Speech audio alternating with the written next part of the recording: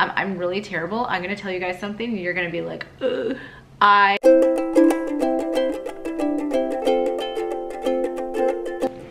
Hey guys, it's Joanna from Nesting Story, and today I wanted to do a Q&A with you. I actually haven't done a Q&A in a while, and so I went to Instagram this week and asked you guys to leave me your questions, and you have. I should also mention, if you're not following me yet on Instagram, I highly suggest you do. I'm very active on Insta Stories, and I always try to show you different day-to-day stuff I do than what's on the vlog, and I'm very good at getting back to DMs. Okay, so let's jump into this. Ivuti08 asks, any more babies in the future? No more babies. I've spoken about this before and I've written about it before on the blog. Mike has had a vasectomy. We have shut that door. He probably could have been convinced to have a fifth, but I was very done after the twins. Sharon Swyers asks, what is the best and worst purchase you've ever made? My favorite purchase would probably be like my heating pad, because I love my heating pad. Yeah, I love my heating pad. I really love the things I get for the home, like especially, I think I'm loving the family room, how we've set up the family room with that furniture and everything. So that would be the best purchase. The worst purchase would be, probably just stuff I haven't used that I've bought and then I haven't used. I can't even think of anything right off the bat, but I'm thinking something to do with cooking. I have a love-hate relationship with my juicer. Like when I use it, I love it, but I hate cleaning it. So there's a bit of a love-hate relationship there. I don't regret that purchase, but it's a commitment. And I go through phases that I use it and then I don't use it because it's very high maintenance to clean it all up. Luda Stepa says, organization, what's the best way you stay organized? I find my organization can go in spurts. I am finding I'm getting better and better at organizing, but I think the best way is to get rid of the extra stuff and then everything should have a home. If you don't actually have a home for everything, you're not gonna be able to stay organized. So Jackie Stu 80 asks, what do you do when you feel tired, overwhelmed, and anxious? I have 2 kids. I'm finding myself feeling this way more and more throughout the day, and it's annoying. I've actually felt that way a lot this week, and I shared on my Monday's vlog what I shared on Insta Stories, and I've taken control and we're divvying up different responsibilities and we're making kind of a schedule for the whole family. I was feeling a little like too much was falling on me, and because kids go through different phases and stages, and so do we, things have to have a switch up every once in a while. So I would say, like, look at what's going on in your world, and if an old routine isn't working, see how you can change it to make it work again for what everyone's going through. Krista Eason asks, what is your all-time favorite vacation and what is one place you'd love to go next? My all-time favorite vacation, New York with Mike was the one that we keep talking about. I love vacationing with the kids, but right now we're not at that stage where it's a true vacation because they're still so young. I do believe that going away with Holden and Bo would be different because they're older, and I'm looking forward to the day that it really truly is a vacation with all 4 kids. But all-time favorite right now would be New York. Mike and I, when we went last summer, was like one of the best times I've ever had. One of my best memories. And it was so good for us. We had so much fun and we really lived it up. Somewhere I'd love to go to Hawaii one day. I think that that's kind of on my bucket list. Okay, so Chelsea Bunn said, when your children get older, what's one thing you hope they can look back and say, my mom was really good at blank, like my mom was really good at reassuring me, or my mom was really good at keeping the peace, etc. I think my kids will look back and I hope and I think that they'll say my mom was really good at problem solving, and my mom was really good at, when we were struggling, to not brush it aside, to get to the root of the cause and support them as best I can and give them the tools for life to be happy. I think I'm also a pretty good cuddler. I can see when someone's just like not having a good day and I'm just like, you need a really good hug, and we'll cuddle. I'm a big time cuddler, which I never have the camera on for because I'm always like in the moment. Kim Ryden asks, how do you keep your morning motivation high? I think, especially in school days, is because what I know once the drop-offs are done, I get that break and I can kind of gather myself again. I'm also a morning person, so all cylinders for me are firing in the morning. I love breakfast, so I'm on my game in the morning, even if it's a bad morning. That's when I have my most energy, probably because I don't have a thyroid, so I would take my thyroid pill. Maybe that's why, like, I have the energy. But I would say just like routine. I say it all the time, but if you can try to establish some kind of routine and maybe have something for you waiting for once that morning hustle is done, like some kind of prize, just to kind of like a carrot to get you through the morning would be very helpful. Rally asks, do the kids help lots with taking care of Oliver? And how do you get motivated to work out? I can't do it. So the kids helping with Oliver, yes they do, but I don't expect them to. Like, I was never gonna get a dog and expect it to be on the kids. In fact, I take on about 90% of Oliver's care. I don't even want Mike to have to worry about it. I'm home mostly with him, and I knew that I was the one that like did that final push for getting a dog, and I didn't want it to become something that I was frustrated at other people. So they're very good at like helping me and letting him out of his cage and things, but I don't think that it should ever be young kids' responsibility as a dog. I do though think that they need to be responsible dog owners and not treat a dog badly or teach them bad habits. So they're very responsible that way.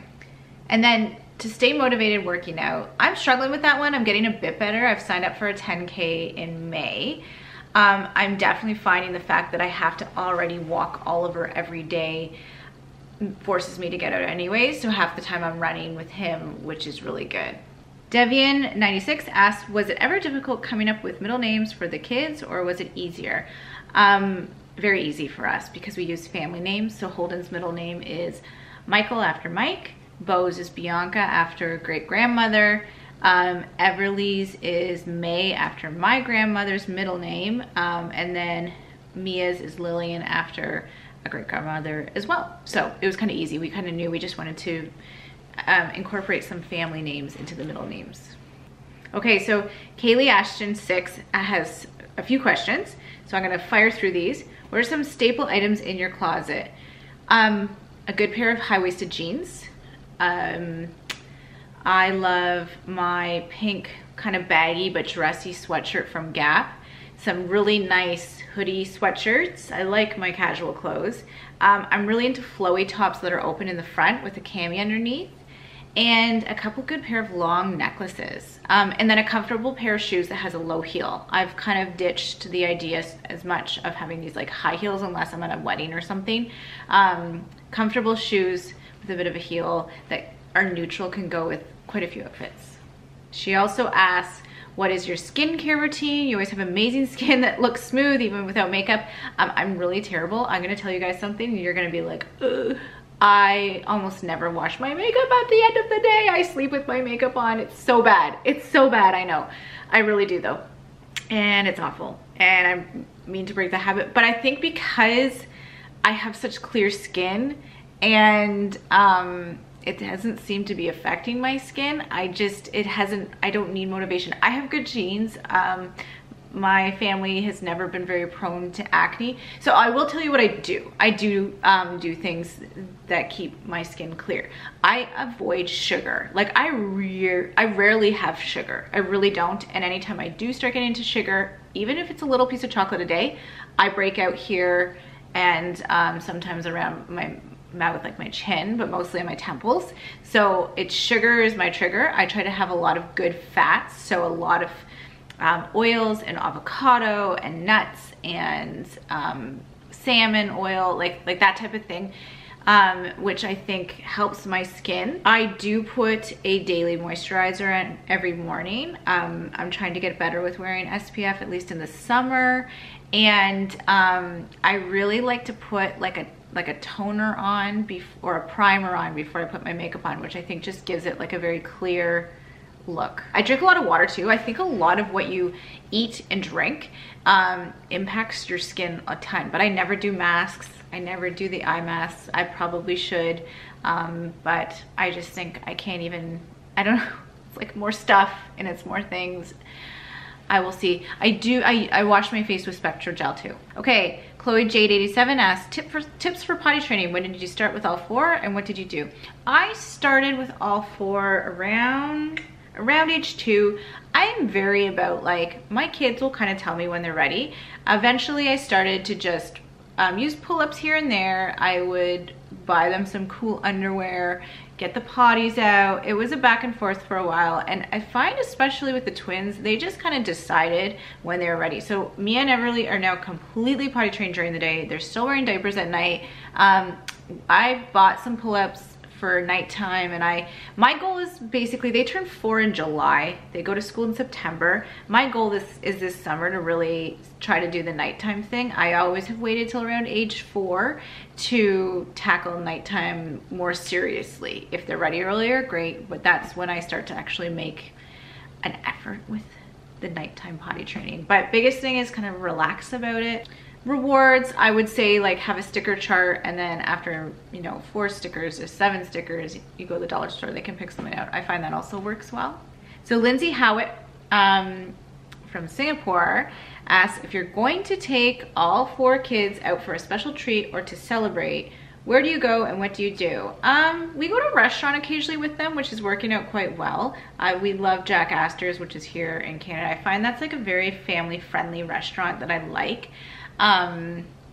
But I tend to do more like one-on-ones with our kids. So I recently did one each with Golden and Bo, and now it's the twins' turn soon, so I gotta figure out that one.